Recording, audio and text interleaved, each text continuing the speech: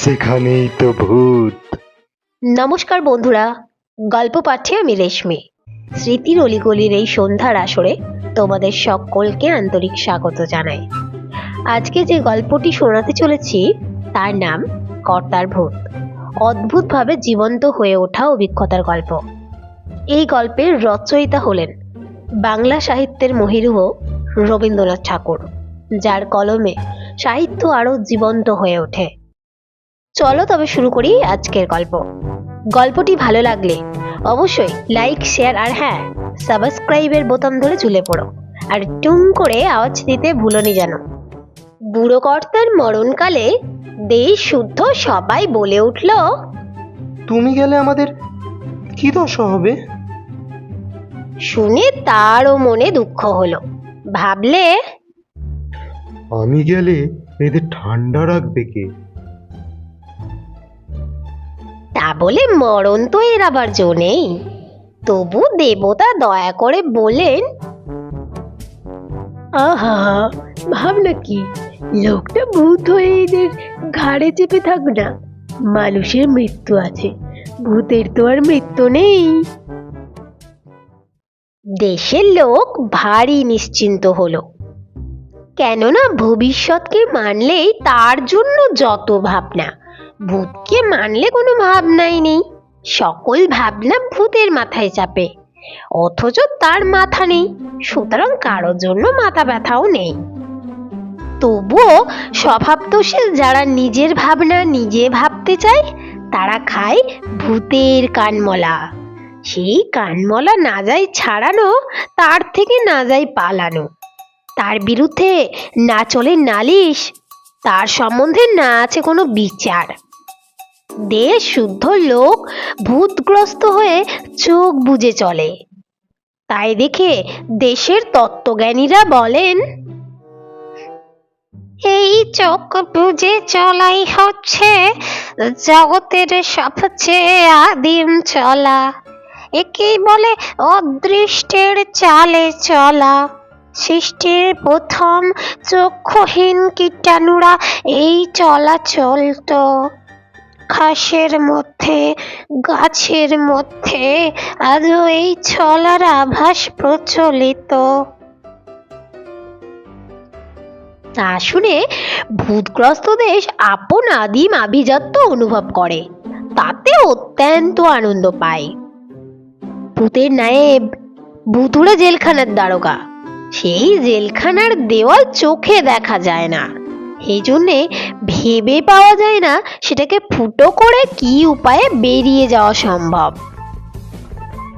এই জেলখানায় যে ঘানি নিরন্তর ঘোরাতে হয়, তার থেকে এক ছটাক তেল বেরোয় না, যা হাটে বিকোতে পারে। বেরোবার মধ্যে বেরিয়ে যায় মানুষের তেজ। সেই তেজ পেরিয়ে গেলে মানুষ ঠান্ডা হয়ে যায়। তাতে করে ভূতের রাজত্বে আর কিছুই না থাক, অন্ন হোক, বস্ত্র হোক, স্বাস্থ্য হোক, শান্তি থাকে। কত যে শান্তি তার একটা দৃষ্টান্ত এই যে, অন্য সব দেশে ভূতের বাড়াবাড়ি হলেই মানুষ অস্থির হয়ে ওঝার খোঁজ করে।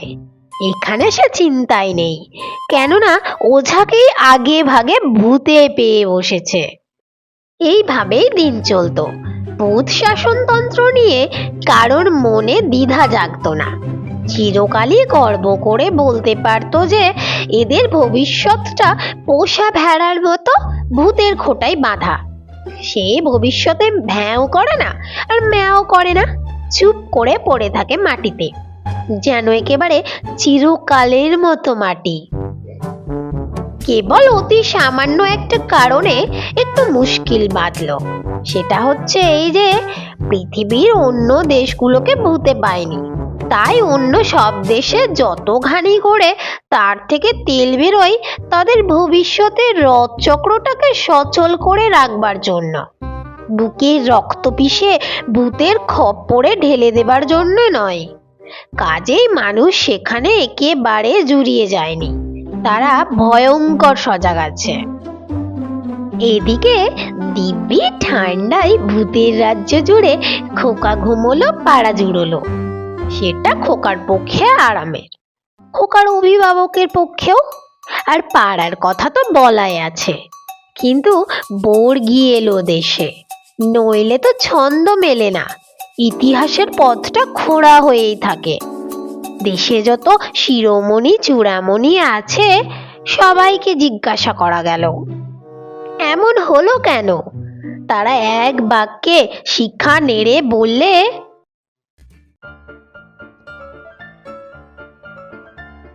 এটা ভূতের দোষ নয়, ভূতুরে দেশের দোষ নয়, একমাত্র বর্গিরই দোষ।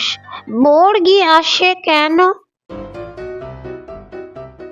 শুনে সকলেই বললে, তা তো বটেই, অত্যন্ত সান্ত্বনা বোধ করলে। দোষ জারি থাক, খিড়কির আনাচে কানাচে ঘোরে ভূতের পেয়াদা, আর সদরের রাস্তাঘাটে ঘোরে অভূতের পেয়াদা। ঘরে গৃহস্থের টেকা দায়, ঘর থেকে বেরোবার পথও নেই, একদিক থেকে আরেক দিক হাঁকে, খাজনা দাও, আরেক দিক থেকে ও হাঁকে। খাজনা দাও। এখন কথাটা দাঁড়িয়েছে, খাজনা দেব কিসে? এতকাল উত্তর দক্ষিণ পূর্ব পশ্চিম থেকে ঝাঁকে ঝাঁকে নানা জাতের বুলবুলি এসে বেবাগ ধান খেয়ে গেল, কারোর হুঁশ ছিল না। জগতে যারা হুঁশিয়ার এরা তাদের কাছে ঘেঁষতে চায় না, পাছে প্রায়শ্চিত্ত করতে হয়, কিন্তু তারা অকস্মাৎ এদের অত্যন্ত কাছে ঘেঁষে এবং প্রায়শ্চিত্তও করে না।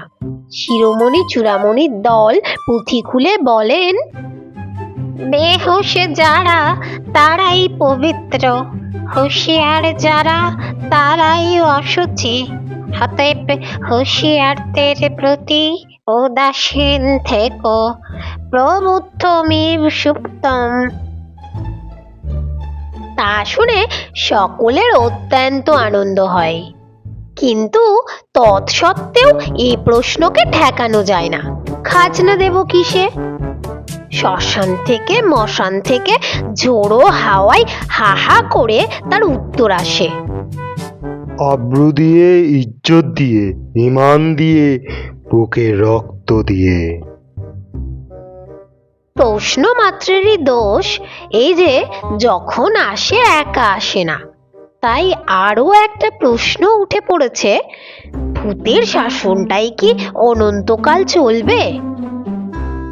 শুনে ঘুমপাড়ানি মাসি পিসি আর মাস্তুতো পিস্তুতো দল কানে হাত দিয়ে বলে, কি সর্বনাশ, এমন প্রশ্ন তো বাপের জন্মে শুনিনি। তাহলে সনাতন ঘুমের কি হবে? সেই আদিমতম, সকল জাগরণের চেয়ে প্রাচীনতম ঘুমের। প্রশ্নকারী বলে, সে তো বুঝলুম, কিন্তু আধুনিকতম বুলবুলির ঝাঁক আর উপস্থিততম বর্গীর দল, এদের কি করা যায়?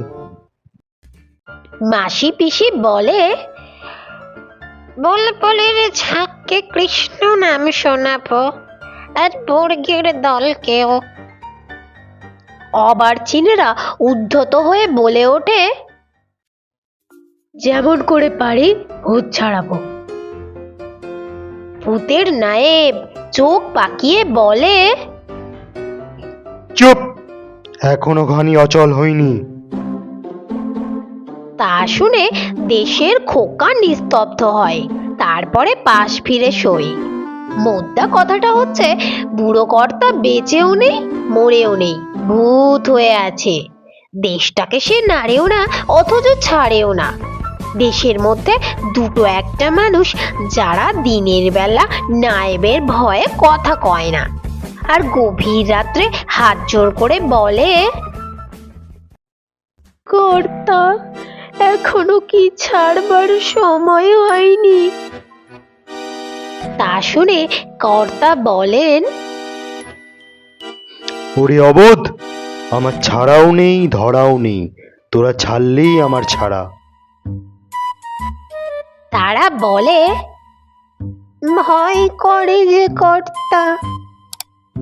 তা শুনে কর্তা বলেন,